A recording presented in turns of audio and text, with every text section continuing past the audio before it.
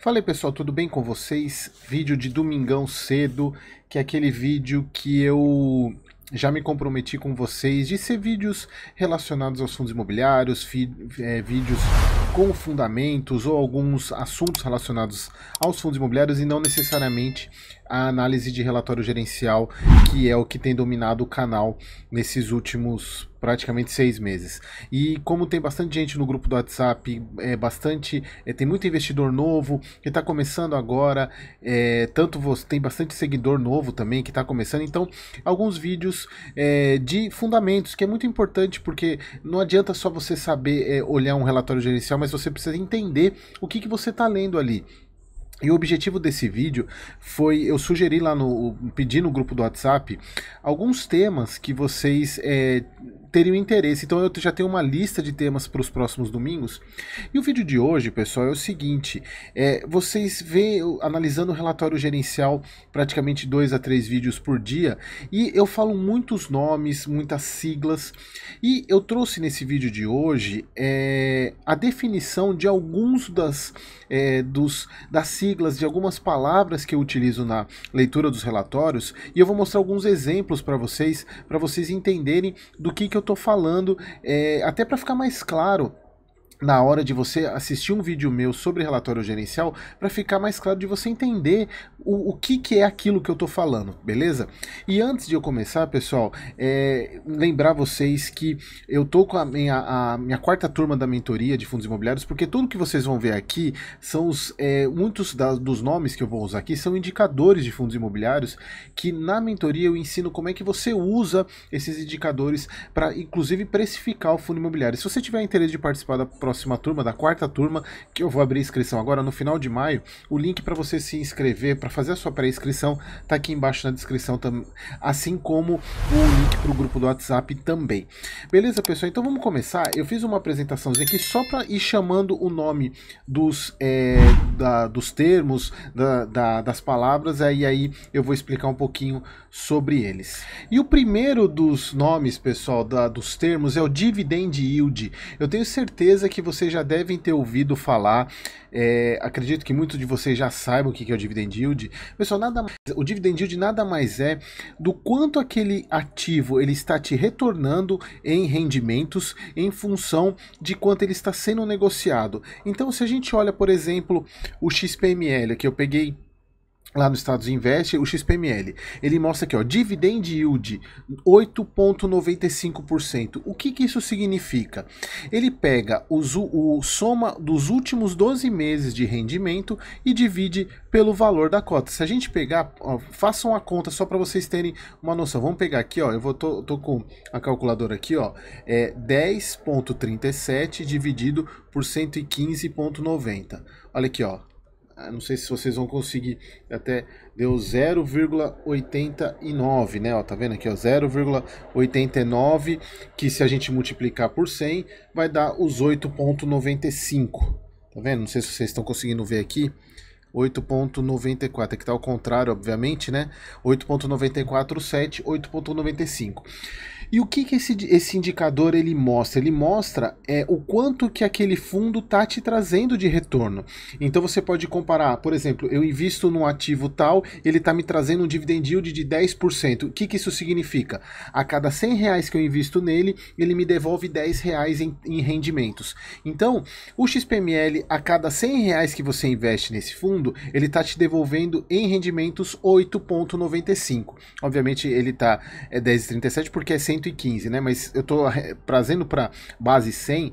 A cada 100 reais que você investe no XPML, ele te devolve 8,9 por ano. E aí você vai verificar se isso é interessante ou não. Essa é uma das métricas, acho que é a mais utilizada para análise de fundo imobiliário, embora não seja a melhor. Aliás, não é assim, eu não quero entrar no detalhe do uso desses indicadores, mas assim, não é uma métrica boa para você avaliar. Inclusive, isso eu falo bastante na mentoria, beleza? Então vamos para o próximo indicador, que é o P sobre VP. O que é o P sobre VP? Certamente vocês já ouviram falar esse indicador, o P sobre VP é 1, o P sobre VP é 1,2, o P sobre VP é 0,8. Vamos voltar lá no Estados Invest, porque a gente tem essa informação aqui. Opa, Não era para mostrar o vacância ainda. Bom, vamos voltar aqui no XPML. Se a gente observar aqui, ó, tem só o P sobre VP 1,05. E o que é esse P sobre VP? É o preço que a cota está sendo negociada dividindo pelo valor patrimonial por cota. E aqui a gente tem o valor patrimonial por cota. O que é o valor patrimonial por cota? É pegar o patrimônio do fundo. O que é o patrimônio de um fundo como o XPML, por exemplo? É você pegar todos os ativos que ele tem lá dentro, pegar o valor patrimonial, quanto que esses imóveis estão avaliados e somar. Aí você vai pegar tudo que ele tem lá dentro de shoppings, todos os shoppings do fundo, e você vai somar, obviamente, com o que tem em caixa também, e você chega, por exemplo, no caso do XPML, 4,4 bi de reais em patrimônio. E aí, como é que você faz para saber o número de patrimonial por cota? É só você pegar esse patrimônio aqui e dividir pela quantidade de cotas que está aqui. Ele tem 39 milhões de cotas, você vai chegar nesse valor de R$ 110,74. Mas o que significa ele está sendo negociado a um P sobre VP de 1,05? Se a gente pegar o preço da cota 115,90 e dividir pelo preço do valor patrimonial 110,04, vai dar um 0,5. O que isso significa? Que o mercado ele está precificando o XPML 5% mais do que a avaliação dele. Aí você pode falar, Eric, o fundo tá caro ou não? E aí eu não quero entrar nessa questão da análise do indicador em si. Eu só quero que vocês entendam o que significa isso. Ó, significa que o XPML está sendo negociado 5% a mais do que ele está avaliado patrimonialmente. Se é um bom ou não indicador, não é esse o momento que eu vou ensinar para vocês. Aliás, na mentoria eu ensino assim, a mostrar, não só na mentoria, aqui no meu canal tem vídeo mostrando se a gente deve usar P sobre VP para fundo de tijolo, se a gente deve usar para fundo de papel. Depois procurem aqui no canal, vou ver se eu deixo o link aqui na descrição desse vídeo. Mas é só para vocês entenderem que o que é esse indicador, o que é essa sigla, é preço da cota sobre o valor patrimonial da cota, para mostrar se o mercado está pagando mais do que o fundo foi avaliado ou menos do que ele foi avaliado. Se tiver acima de 1, ele está sendo negociado mais do que ele foi avaliado, e se tiver abaixo de 1, ele está sendo negociado menos do que ele vale, beleza? Vamos para o próximo.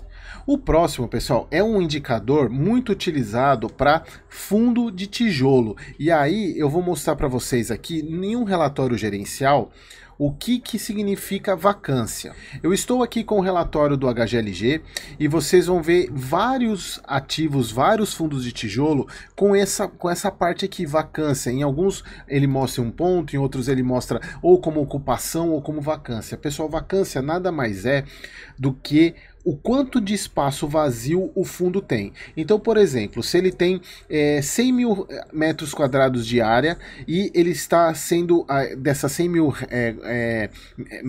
metros de área, ele está sendo alugado 80 mil só. Então ele tem 20 mil metros quadrados vazio. Significa que a vacância desse fundo é de 20%. Então é só para a gente arredondar as contas. Então a vacância, ela mede o quanto... Aí eu já vou entrar no que é essas duas vacâncias aqui. A vacância física, né, é a ocupação física. Mede o quanto que tem de espaço vazio dentro daquele fundo. Já a financeira, ela pega o quanto que essa área vazia representa em termos de receita que o fundo está deixando de gerar. Por exemplo, você pega um fundo imobiliário, por exemplo, qualquer fundo que seja, que ele tem 100 mil metros de área disponível para alugar, e ele está sendo alugado a 80 mil metros. Então, se a gente for lembrar da parte de vacância física, se ele tem 20 mil metros vazios, significa que a vacância física dele é 20%. Mas por que a gente olha aqui e vê que tem vacância física diferente de vacância financeira, os valores? No caso do HGLG, a vacância física é 9,2 e a vacância financeira é 8,6. Se a gente fosse extrapolar no caso da vacância física aqui, significa que 100 mil metros quadrados que ele tivesse de área, ele estaria com vago 9.200 metros quadrados de área vazia. A vacância, o que ela mede? Você tem os imóveis de um fundo e ele tem, cada imóvel tem um preço de aluguel diferente.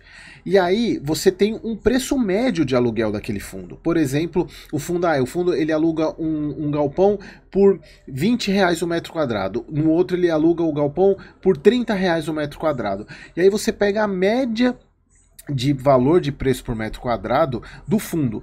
E aí você vai fazer o seguinte, por exemplo, a média do fundo é R$ 20 por metro quadrado. Obviamente você vai ter imóveis com mais valor, com aluguel maior, e outro menor, mas a média é 20. Você vai ver o quanto que é o preço por metro quadrado daquela área que está vazia. Se aquela área que está vazia, o preço for maior do que a média do fundo, significa que a vacância financeira vai ser maior do que a física. Por quê? Aquele espaço vazio representa, em termos de receita que o fundo está deixando de receber, mais do que ele teria se, por exemplo, fosse uma outra área do fundo. Então, por exemplo, a média da área do fundo é 20 e aquele espaço vazio é R$ 30 por metro quadrado. Então, ele está com uma vacância financeira maior do que a física, porque aquele espaço vazio representa mais potencial de receita que o fundo está deixando de receber do que a média do fundo. Então, nesse caso aqui, quando a gente vê uma vacância financeira menor do que a física, significa que a área aqui do HGLG que está vazia tem um preço por metro quadrado menor do que a média do fundo. É simples assim. Por isso que não se assustem quando você vê um fundo que mostra a vacância física e financeira valores diferentes, porque a vacância física é de fato a área que está vazia e a financeira é o potencial de receita que aquela área está deixando de gerar, beleza? Então esse é outro indicador para vocês analisarem quando vocês estiverem vendo os fundos de vocês. Vamos para o próximo. ABL. Eu devia ter colocado ABL antes de vacância, pessoal, porque ABL nada mais é do que área bruta locável. Tá vendo aqui, ó, ABL, área bruta locável, porque essa aqui é o que de fato o fundo tem de área disponível para alugar. Então, por exemplo, o fundo comprou 5.000 metros de área, ele tem 5.000 metros de área disponível para alugar. Então, é nessa área aqui que a gente calcula a vacância. É sobre a área bruta locável que o fundo ele vai ter ela ocupada ou não. É porque vocês vão sempre ver como ABL. ABL, pessoal, é um termo, são 3 letrinhas que a gente usa demais em fundo imobiliário e eu tenho certeza que vocês já devem ter visto em algum lugar falando sobre essas 3 letrinhas. Então, sempre que vocês verem ABL é área bruta locável. Não tem muito o que explicar disso, é a área disponível do fundo para locação, beleza? Próximo indicador. Absorção bruta e absorção líquida. Pessoal, esse daqui eu não tenho em relatório gerencial. Esse daqui vocês vão ver quando vocês estiverem estudando o mercado imobiliário e vocês vão avaliar a quantidade de locações que um segmento, por exemplo, logístico ou galpão logístico ou lajes corporativas teve. O que isso significa? O que é absorção bruta? Você pega em um determinado período de tempo, por exemplo, dentro de um ano, a quantidade, você tem lá a quantidade de estoque, ou seja, a quantidade de metros quadrados disponíveis para serem ocupados, e a absorção bruta ela mede o quanto desse estoque, dessa quantidade de metros quadrados disponível, foi ocupada. Simples assim, ela pega, isso é sempre numa janela de tempo, por exemplo, qual que é a absorção bruta dos últimos 12 meses? Você vai pegar nos últimos 12 meses o quanto que tinha disponível de área e o quanto foi ocupada. Simples assim. Já a absorção líquida, ela mede não somente a quantidade de ocupações, também mede o quanto que saiu nesse mesmo período.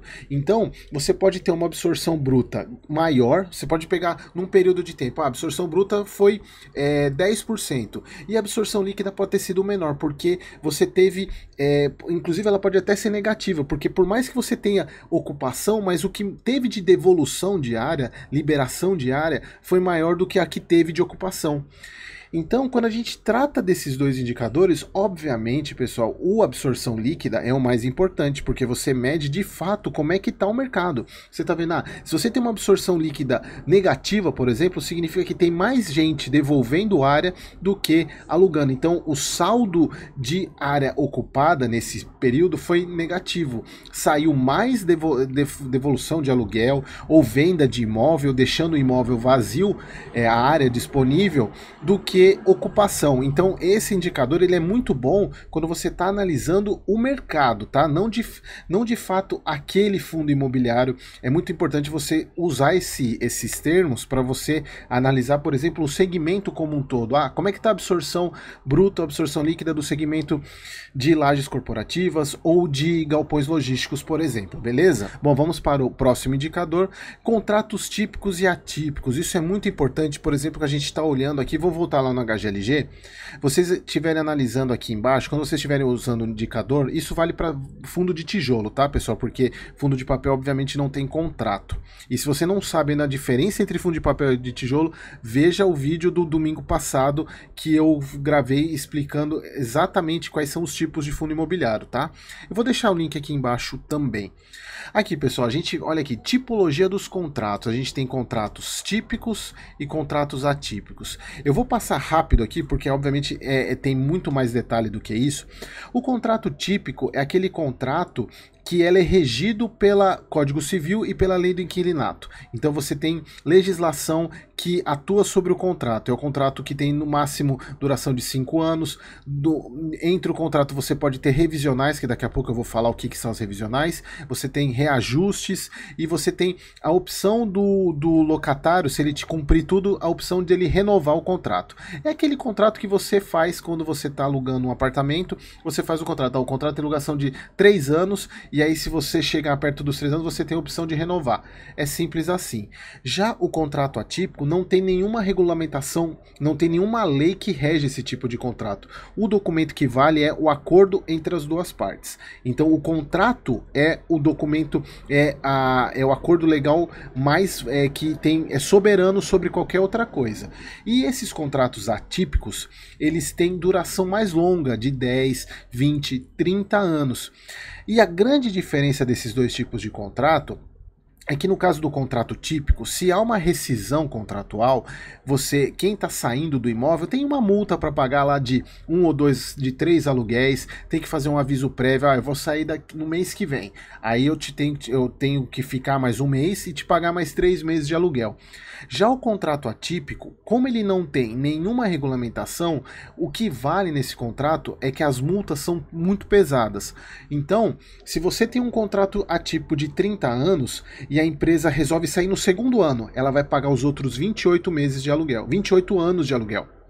Então, a multa do contrato atípico, ela é muito grande, porque ela te força a você ter esse tempo todo é uma garantia que o fundo tem, tá? Então, contrato atípico e típico, basicamente a grande diferença deles é o tempo de duração e as multas, né? Que no caso do típico é pequena, que é com multa de normalmente 2, 3 meses, já no atípico é todo o saldo que falta para encerrar o contrato, beleza?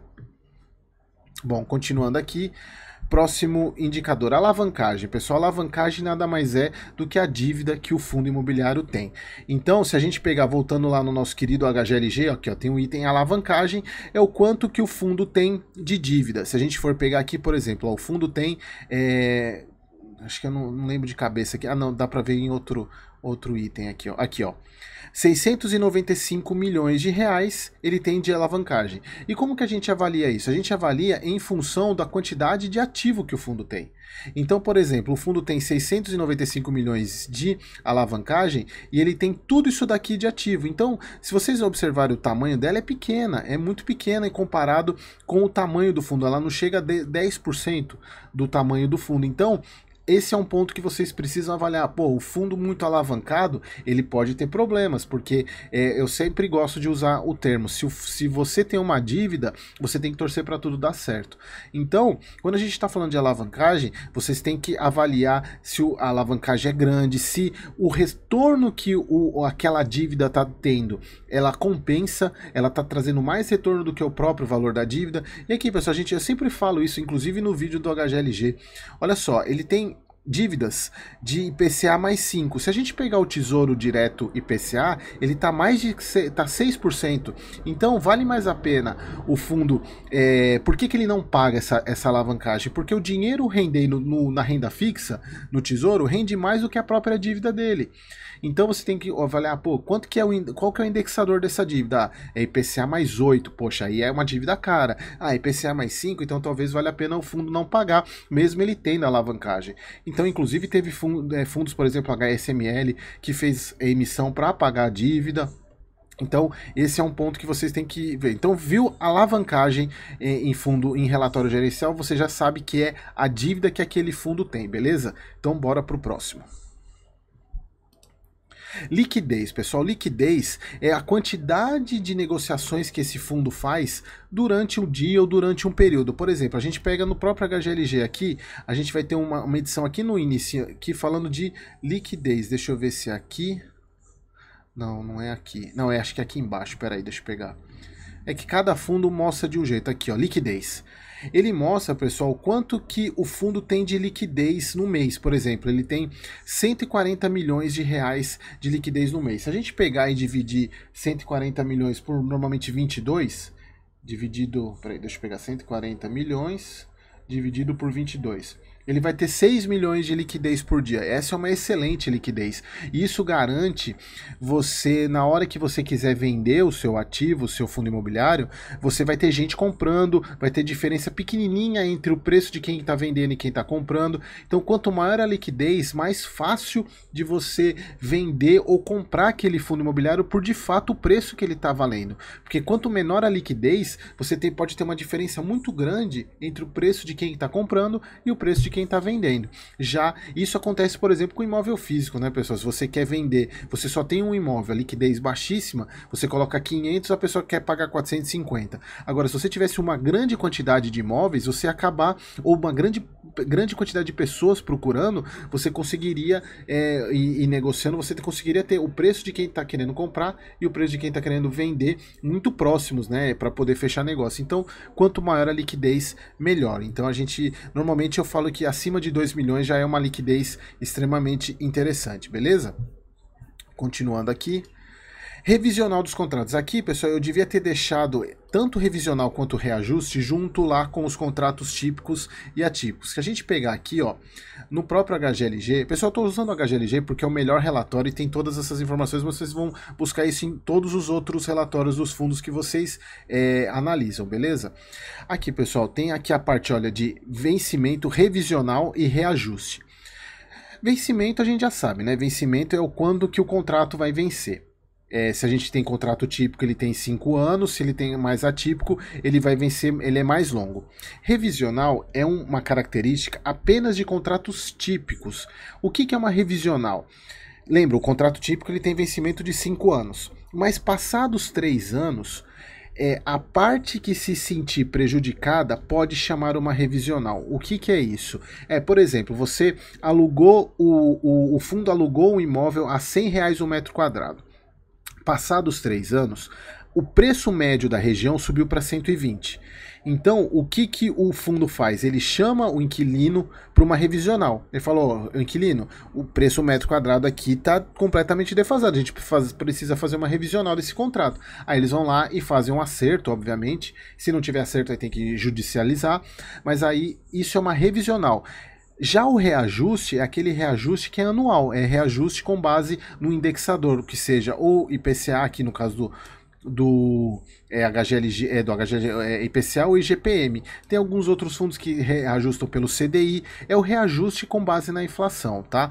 E aí, quando a gente fala de contrato típico, os contratos típicos têm os dois, tem revisional e reajuste. Já no contrato atípico, não tem revisional, ele só é reajustado pela inflação. Então, por um lado, ele é bom porque ele é um contrato longo, garante uma previsibilidade para o fundo, porém, ele não dá a chance do fundo melhorar as condições durante o contrato. Ele vai levar esse contrato durante 30 anos sendo somente reajustado pela inflação, beleza? Pessoal, eu sei que esse vídeo vai ficar um pouquinho longo, mas é muito importante trazer esses conceitos todos para vocês aqui. O Yale ou Vault, pessoal, vocês vão ver isso aqui, por exemplo, com esses dois nomes. Tem fundo que usa Yale, tem o fundo que usa Vault. Esse aqui, ele está muito relacionado com o vencimento dos contratos, porém, ele é a receita ponderada do vencimento, porque ele pega todos os contratos e vê qual é o prazo médio de recebo. Por exemplo, você tem um fundo que tem 2 contratos. de prazos diferentes. Só que o contrato mais longo, ele tem uma quantidade maior Minto, desculpa, é o contrário. O contrato menor, ele tem um volume financeiro maior do que o contrato maior. E quando você faz uma média ponderada, o fundo está recebendo mais dinheiro num menor espaço de tempo, porque você tem 2 anos, no começo desses dois, o fundo recebendo do contrato A e do contrato B. E aí, quando acaba o contrato B, contrato que é o mais curto, o outro continua. Então você faz uma média ponderada para ver o quanto que ele tem de a maior parte da receita contratada dele, qual é o prazo dela. A partir disso daqui, a receita começa a reduzir. Então, ele mede basicamente a média ponderada da receita, o quanto. Porque a gente não pode pegar simplesmente fazer uma média dos vencimentos de todos os contratos, tem vencimento de 10 anos, vencimento de 5, então a minha média é de 5. Não, porque pode ser que o contrato de 5 tenha uma quantidade menor de receita do que o de 10. Então você tem que fazer uma média ponderada em função da receita, tá? Então por isso que vocês vão ver médias, o Yale ou Vault, dependendo do tipo de fundo, ele pode usar essas duas terminologias, mostrando qual é a média ponderada, que é a quantidade em função da receita que o fundo recebe, beleza? Próximo indicador, o NOI. Pessoal, esse aqui eu tenho certeza que quem assistiu o vídeo de shopping viu eu falando muito sobre esse indicador. Esse indicador, inclusive, ele também é utilizado, por exemplo, no BTLG, aqui é o NOI. Mas vocês também vão ver em shopping, né, o NOI por metro quadrado, a gente falou bastante sobre isso, que é o Net Operation Income. Esse indicador, receita operacional líquida. O que é isso, pessoal? Ele mede o quanto que o fundo está gerando de receita em função da sua operação principal. Por exemplo, o BTLG. Vejam que ele separa aqui o que é receita de locação com lucro de venda. O lucro de venda não é uma receita que é a receita principal de um fundo como o BTLG. A receita principal de um fundo como esse, que é um fundo tipo renda, como a gente viu lá na aula do domingo passado, no vídeo do domingo passado, ele é um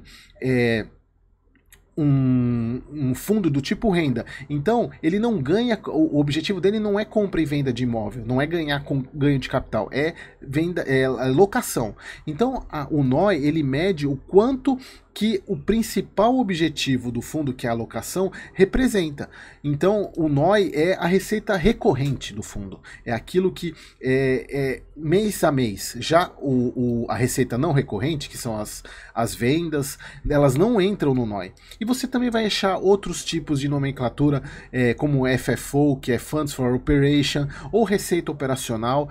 Você vai encontrar vários tipos. Obviamente tem umas diferençazinhas entre o FFO e o NOI, mas assim, é basicamente receita operacional. E por que aí vocês vão lembrar lá do fundo de shopping? Por que ele é muito utilizado mais em fundos de shopping? Porque o fundo de shopping, ele não tem só locação de salas das lojas. Ele tem renda de estacionamento, ele tem renda de praça de alimentação, ele tem renda daquelas maquininhas de urso.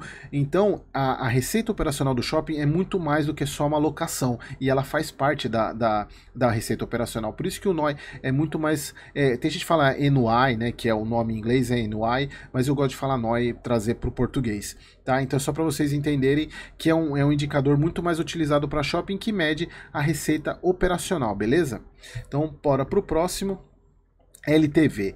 Pessoal, esse aqui já é um indicador específico, uma sigla específica de fundo de papel. O que é o LTV? Eu trouxe aqui uma carteira lá do CPTS, que vocês vão ver aqui, ó, LTV, aqui no cantinho, de todos os CRIs. Esse LTV, pessoal, ele simplesmente significa o quanto que o bem dado em garantia da dívida representa do total do valor da dívida. Por exemplo, você tem uma dívida de 50 milhões de reais e um bem dado como garantia de 100 milhões de reais. Então, se você dividir os 50 pelo 100, você vai ter meio. Então, quanto menor o LTV, mais seguro é aquele CRI. Por quê? Quanto menor, significa que o valor bem dado como garantia daquela dívida, ou bem, ou as garantias dadas como para esse CRI valem mais do que a própria dívida. Então, quanto menor o LTV, mais seguro é. Então, se você, por exemplo, tiver aqui, a gente olha aqui, um LTV de 60%, significa que o bem dado como garantia ainda tem 40% de sobra. Ou seja, ele vale mais 40% do que a própria dívida.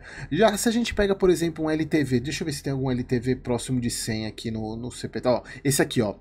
Esse aqui, ó, significa que o bem dado como garantia, ele é praticamente o mesmo valor da dívida. Então, LTV acima de 100 já é bem mais arriscado, porque se o devedor deixa de pagar, mesmo que o fundo execute a garantia, não vai ser nem capaz de pagar a própria dívida, entenderam? Então, sempre avaliem o LTV e procurem, obviamente, LTV menor do que 100, tá bom?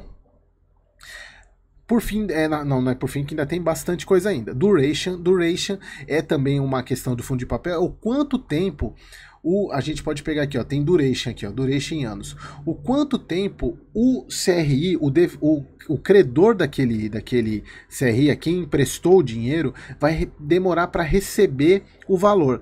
Porque, por exemplo, pessoal, você lembra como que é formado um CRI, uma dívida, que seja o financiamento imobiliário que você faz lá no banco. Ou empréstimo, ele é formado por a parcela que você paga todo mês, pelo valor principal, mais juros e correção monetária.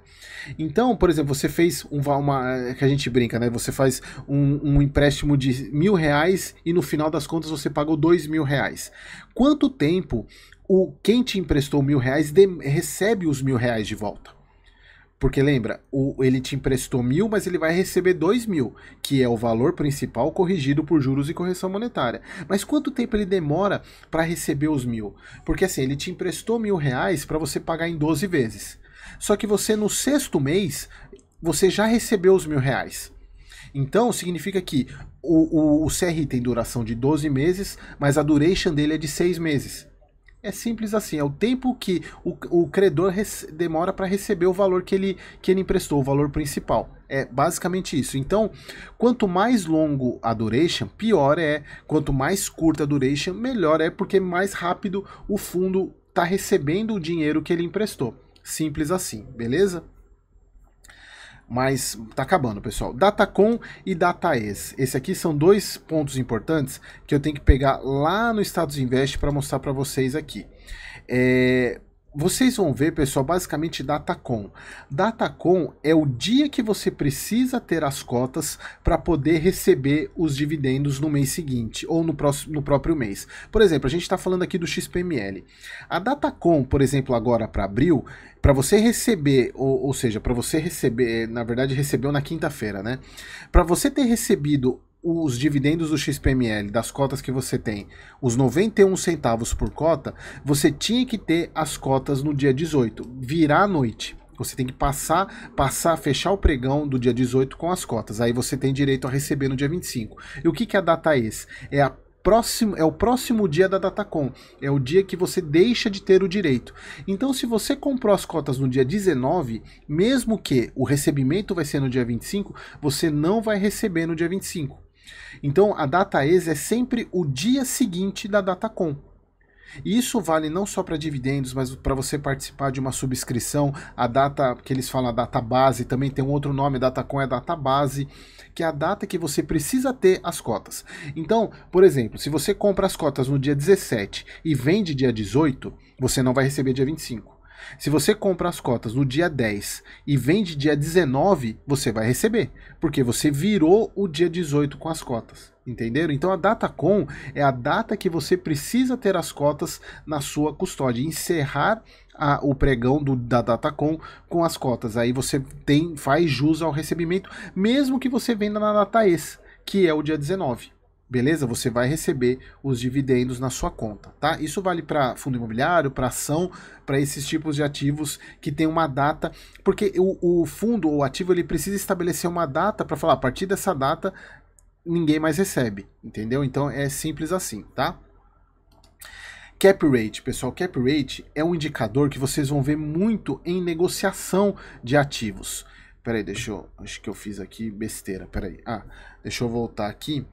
Vocês vão ver o cap rate. Por exemplo, eu trouxe aqui uma venda, uma compra que o LZR fez. Ele comprou um imóvel por 150 milhões a um cap rate de 9,36. O que é o cap rate, pessoal? É o quanto o fundo, quanto aquele imóvel gera de receita em função de quanto ele vale. Então, por exemplo, olha só, o que é um cap rate de 9,36? Significa que se a gente pegar essa receita que ele tem aqui de 1.170.000, multiplicar por 12, se a gente pegar isso aqui vai dar, é só fazer a conta aqui, ó, 1,170.000 vezes 12. Dá 14 milhões e 40 mil. Se a gente dividir pelo preço de 150 milhões, dividido por 150 milhões, vai dar 9,36. Tá aqui, ó, 9,36, que é o cap rate. E o que é bom ou ruim? Depende. Depende de quem está comprando, depende de quem está vendendo. Se você está comprando um imóvel, obviamente o cap rate, quanto maior for, melhor. Por quê? Lembra, como é que a conta? É a parte de cima da fração é o quanto que ele recebe de receita e a parte de baixo é o quanto que ele vale. Concordam comigo que o 1.170.000 não muda? Então, se aqui, por exemplo, o imóvel, em vez de ser 150 milhões, ele fosse 100 milhões, o LZR estivesse comprando ele por 100 milhões, olha só para quanto queria o cap rate. É só a gente pegar 1.170, multiplicar por 12 e dividir agora por 100 milhões. Vamos ver quanto que foi o cap rate dessa negociação. 14%. Perceberam? Então, quem está comprando o ativo, quanto maior o cap rate, melhor. Por quê? Ele está recebendo uma receita que é fixa e pagando mais barato no imóvel. Agora, para quem está vendendo é o contrário. Porque se o cap rate de uma venda for menor, for 7, 6, significa que ele vendeu o imóvel muito bem. Então sempre analisem isso, quando o fundo está comprando um ativo, cap rate alto. Quando ele está vendendo o ativo, cap rate baixo. Beleza? Tá acabando, pessoal. Não, deixa eu aqui voltar. Amortização. Pessoal, amortização é devolução do capital principal. Vocês já devem ter visto em alguns, eu falando bastante, tanto nos vídeos quanto lá no grupo do WhatsApp, ou basicamente nos vídeos, né? Amortização, pessoal, é quando você tem devolução do seu capital principal. O fundo pagou, em vez de ele pagar dividendo, ele pagou amortização. Amortização nada mais é do que a devolução do seu capital principal. Exemplo, você comprou um apartamento por 100 mil, por 1 milhão. E vendeu ele por 1.200.000. Na hora que você vende, você recebe 1.200.000. Só que 1 milhão é a amortização, é o valor que você usou para comprar. Os 200 milhões são os rendimentos. Então, é só essa questão de nomenclatura. A amortização é devolução daquilo que você investiu. Já rendimento é aquilo que você recebe a mais. É o lucro da operação, beleza? Weaver, pessoal, a gente já viu isso para vocês que... Opa, saiu aqui. Vocês já devem ter visto, pessoal, essa questão do Weaver, quando eu falo de... principalmente de Fiagro, pessoal, aqui, ó, Solúbio, o AgroGalaxy, a empresa pediu Weaver. Weaver, pessoal, é um perdão de alguma questão que o fundo fez, que o devedor daquele fundo, ele descumpriu, que a gente chama de quebra de covenant, que é, por exemplo, olha só, olha aqui, ó, a AgroGalaxy, a empresa pediu Weaver preventivo para quebra de covenant financeiro, de alavancagem financeira. Quando o devedor ele vai pedir um empréstimo, ele oferece algumas garantias, e essas garantias são, eu não vou poder a minha receita não vai poder passar 2 vezes a minha dívida. Se ela passa esse acordo que foi feito, é uma quebra de uma cláusula contratual, e aí o credor, que é aquele que emprestou dinheiro, decide, vai penalizar ou vai perdoar. E o Weaver é o perdão com várias condicionantes. Eu vou te perdoar, mas você vai me pagar uma taxinha, que normalmente a gente chama desse Weaver Fee aqui, que é uma taxinha, ou você vai precisar me fazer reunião todos os meses para me mostrar a sua situação de como você tá. Então basicamente é isso, pessoal. O Weaver é essa nomenclatura aí usado principalmente em fiagros, tá? Tá acabando. High Grade e High Yield são os dois últimos itens que eu quero trazer para vocês. Pessoal, High Grade e High Yield. é uma classificação de fundo de papel. High grade, pessoal, são aqueles fundos de papel que possuem CRIs de alta qualidade, ou seja, de baixa probabilidade de você ter calote ou de o devedor deixar de pagar. E normalmente os fundos high grade, eles têm menor rentabilidade. Por quê? Quanto menor o risco, menor o retorno. Já os high yield são aqueles fundos que têm um alto retorno, porém a qualidade dos devedores é pior. Então você, por exemplo, você tem um fundo high grade, como por exemplo o Canip ou KNCR, e você tem um fundo high yield, por exemplo, como o Urca, o PPR, você tem o Deva lá atrás, né, o HCTR, e aí a gente vê hoje quais os que deram problemas. Normalmente os que dão problemas são os fundos high yield, porque você tem um alto retorno, porém a chance de dar problema é muito maior. Então, e como que a gente avalia se, porque não tem nada em lugar escrito se ele é high yield ou high grade. Uma classificação básica, pessoal, para vocês olharem é: peguem a taxa do IPCA mais que o fundo está pagando, a parte dele da carteira de aquisição, e vocês comparem com o Tesouro. Se ele tiver, por exemplo, o Tesouro está IPCA mais 6, o Tesouro, e o fundo paga os ativos a média IPCA mais 7, até IPCA mais 8, ou seja, 2% acima do Tesouro, a gente ainda pode classificar como high grade. Se ele passar de 2, 3, 4, 5% a mais do que o Tesouro, ele já é classificado como high yield. Então você pode pegar, por exemplo, um fundo que tem carteira média IPCA mais 10, vai ser high yield. Por quê? Ele tá pagando 4% a mais do que o Tesouro. Então, normalmente essa aqui, até 2%, até 200 pontos ponto base, que a gente chama, né? Ele é considerado um high grade. Acima disso, já é um fundo high yield, beleza, pessoal? Eu sei que essa aula, eu posso chamar de aula, ficou longa, mas eu precisava passar todos esses conceitos para vocês, e até para vocês poderem, em algum momento, voltar e voltar item por item. Eu vou deixar aqui na descrição, vai dar um trabalho grande, mas eu vou deixar aqui para vocês, minuto a minuto, de todos os itens que eu falei, para vocês virem buscar qual que vocês têm interesse, para lembrar, o que é o cap rate mesmo? Aí vocês cliquem aqui embaixo que eu vou mostrar para vocês, tá bom? Vai dar um certo trabalho, mas o meu objetivo aqui é ajudar vocês, beleza? Então, espero vocês no próximo vídeo.